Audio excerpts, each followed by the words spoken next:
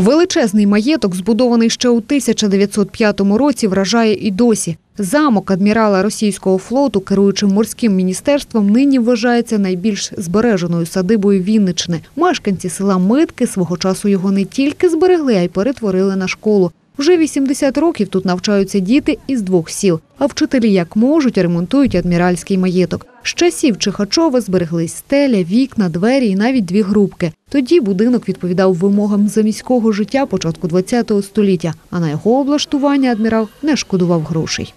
Будівля будувалася не 1 рік, навіть не 10, а більше 25 років.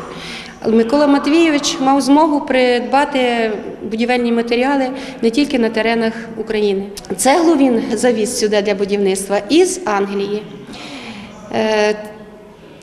От такого кольору, як в нас наша будівля, цегли це тільки тепер вже можна побачити. В той час це була дуже велика дивина.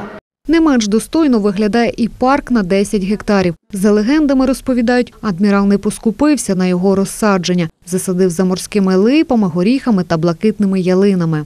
Є в нас така місцева легенда, кажуть, що парк, до речі, він 8 гектарів у нас тут.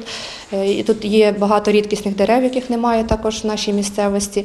І побутувала в нас така легенда, що її іменем дочки Софії були висаджені липи. Ось, на жаль, за цих 100 років існування цього парку ми знаходили лише букву «С». Які б романтичні не були легенди, дослідники переконують, адмірал, займаючи міністерське крісло, був людиною прагматичною і спорудив маєток поруч із стратегічними об'єктами. І саме, мабуть, те, що у нас в 1905 році була побудована ще й залізнодорожна станція, мала будуватися, а Чихачов про це знав, тому що, як кажуть, він за це відповідав. Тому, звичайно, він і вибрав це, мабуть, таке гарне, прекрасне місце для себе, для своєї родини, для своєї доньки.